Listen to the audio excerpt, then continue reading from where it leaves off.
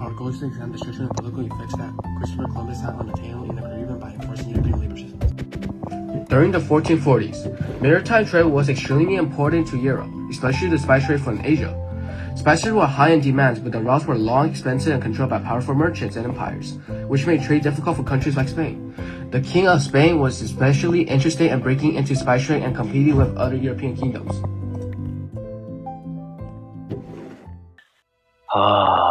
I've been thinking of ways to expand the art influence and get involved in different kinds of spice trades, but I can't exactly decide how. Someone bring in Columbus.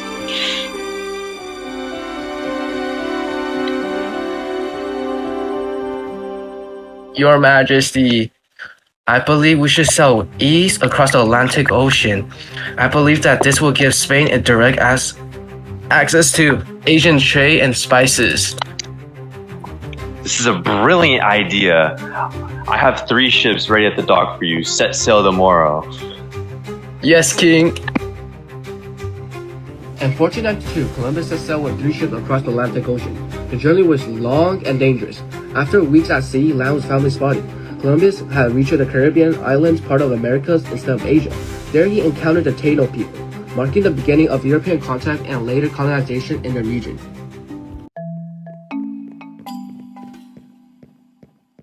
Arriving to the Caribbean, European travelers experienced kindness from the Taino people, receiving food and resources such as sugar.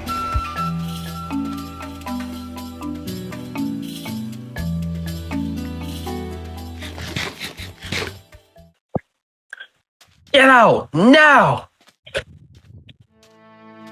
Get on the boat! By kidnapping the Taino, Europeans were able to enslave them by enforcing the encomienda system, which includes forced labors in sugar plantations and gold mines. Under this system, the Taino were abused and treated as property rather than people.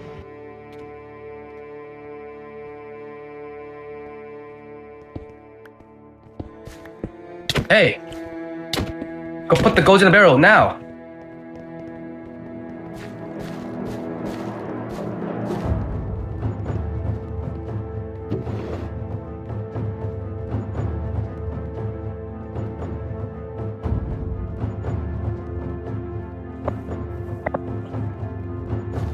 Hey, get back to work. I need sugar. Oh, sorry, Master. Yes, Master. Sorry, Master. At the same time, European diseases such as smallpox spread quickly throughout the population because the Taino had no immunity to it. Entire villages were devastated, leading to a massive population decline. As labor demands increased, disease and separation continued. Taino social structures collapsed, communities were destroyed, and Spanish authority replaced the traditional Taino organization and daily life. Christopher Columbus's arrival in the Caribbean led to the collapse of Taino political independence and the beginning of Spanish colonial rule. After Spain claimed the islands, Taino sovereignty was ignored and replaced by Spanish authority, with governors and settlers controlling land and decision-making instead of indigenous leaders.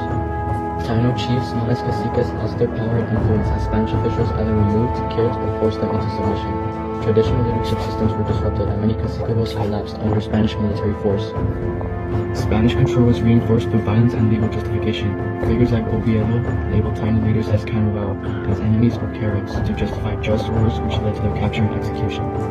Powerful leaders like Ana Colonna were also executed after resisting Spanish authority, showing how indigenous political leadership was systematically eliminated.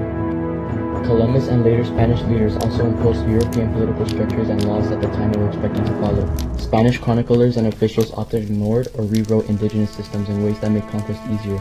For example, Taino kinship systems like matrilineal inheritance were disrupted and replaced with European-style authority systems. Columbus's expeditions also laid the foundation for forced labor systems like the encomienda system, which turned Taino people into laborers under Spanish control.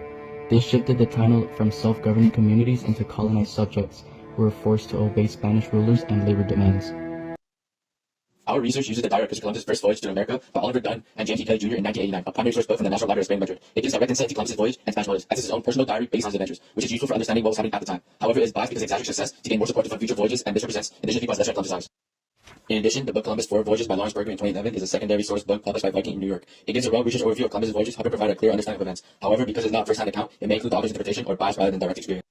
Also, in our infamous First Voyage to the Americas, Columbus Founded by the Spirit by Arnold K. Grant in 1992 is a secondary source from the Religious Studies Center in Brigham Young University. It summarizes Columbus' journal and provides an easier, condensed version of the primary source. This is helpful because it is less dense and highlights key information, making it easier to understand. However, it can leave out important details from the original journal and may include bias since it is rewritten by a third party rather than written firsthand. Lastly, our scholarly article, The Sikhs and Khmer Idols, The Bites of Montana Rulers Between Hispaniola and Puerto Rico by Jose R. Oliver in 2009, is a secondary scholarly source published by the University of Alabama Press in Alabama. It provides detailed research-based information about Taino chiefs and the cultural significance of Khmer Idols. It is useful because it explains the Taino social structure and how Spanish conquerors viewed and tried to suppress these beliefs. However, it relies on Spanish chroniclers like Oviedo, who can introduce bias since those accounts are often racist and heavily Spanish-centered.